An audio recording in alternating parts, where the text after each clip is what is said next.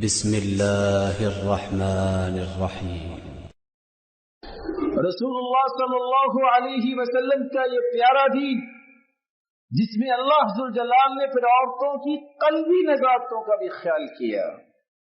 صحابیہ خولہ بنت حکیم رضی اللہ تعالی عنہ تشریف لائیں اور آ کے اپنے خامد کی شکایت کرتی ہیں، یا رسول اللہ صلی اللہ علیہ وسلم اکل مالی وافنى شبابي ونسرت له بطني فلما كبرت سني وانقطع ولدي ظاهر مني۔ اللہ کے رسول میرا مال بھی یہ کھا گیا، اللہ اس نے جوانی بھی میری بڑھاپے میں بدل دی۔ اے اللہ میری وجہ سے اس کو تو نے اولاد بھی دی، اب جب میرا بچہ بھی مجھ سے دور ہو گیا، میں بھی بوڑھی ہوگی، اب اس نے زہار کر لیا، کہتا ہے کہ تم میری ماں جیسی ہو۔ سیدہ عائشہ گھر میں موجود تھی، سیدہ عائشہ کو یہ آواز نہیں آئی، تیرے رب نے سن لی۔ اللہ نے فوراً قرآن اتار دیا، قد سمع اللہ قول التی تجادلک فی زوجہا۔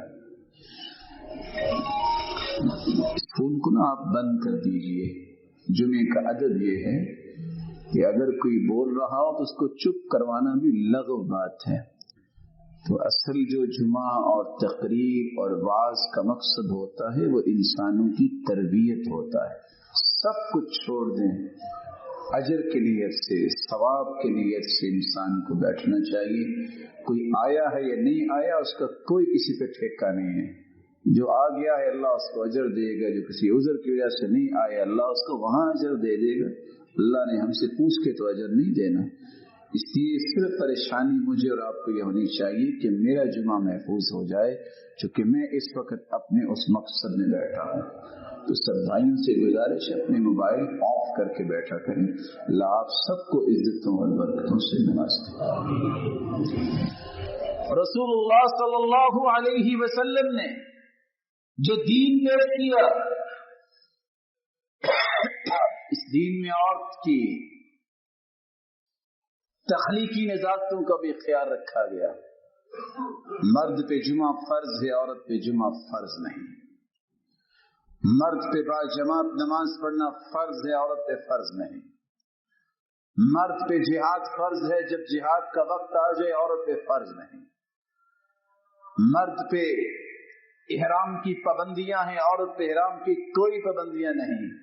یہ اسلام کی عظمت ہے کہ عورت کو ان ساری مشکلات میں آسانی دے دی ہے اور اس کے لیے آسانی کا پہلو کیا ہے اور اس کی تخلیقی نزاکتوں کا خیال رکھا ہے۔ بلکہ اسلام نے پانچواں پہلو یہ پیش کیا، جتنا مرد چاہتا ہے کہ اس کا تشخص ہو، عزت ہو، مقام ہو، مرتبہ ہو، اللہ نے عورت کے بھی مرتبے کو اتار دیا۔ والذین یرمون المحصنات ثم لم یأتوا بأربعة شہداء۔ کسی پاک دامن عورت پہ تہمت لگائے گا، حکم یہ ہے یہ فاسق ہے، اس کی توبہ کو قبول نہ کیا جائے۔ اگر اس نے 4 گواہ پیش نہیں کیے تو 3 نتیجے آئیں گے، اس کو 80 کوڑے لگائے جائیں، اس کی توبہ قبول نہیں، اس کی گواہی قبول نہیں اور یہ فاسق انسان ہے۔ ہاں اگر توبہ کر لے تو پھر اس کی گواہی قبول ہوگی۔ اللہ نے عورت کے تشخص کو بھی باقی رکھا ہے،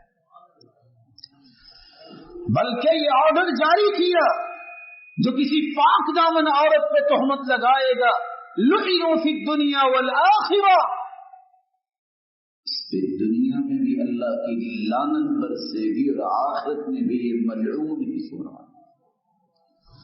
اللہ ذوالجلال نے یہ 5 قسم کے اعزازات بھی دیے، جبکہ اس سے پہلے 5 قسم کی برابریاں اتار کے معاشرے میں عورت کا کردار بلند کیا۔ پھر مالک الملک نے 5 ایسے انعامات دیے جس کے نتیجے میں آج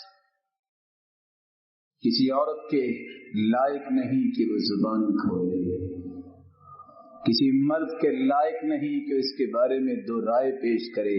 کوئی بتا سکتا ہے کہ سب سے پہلے مسلمان کون ہوا؟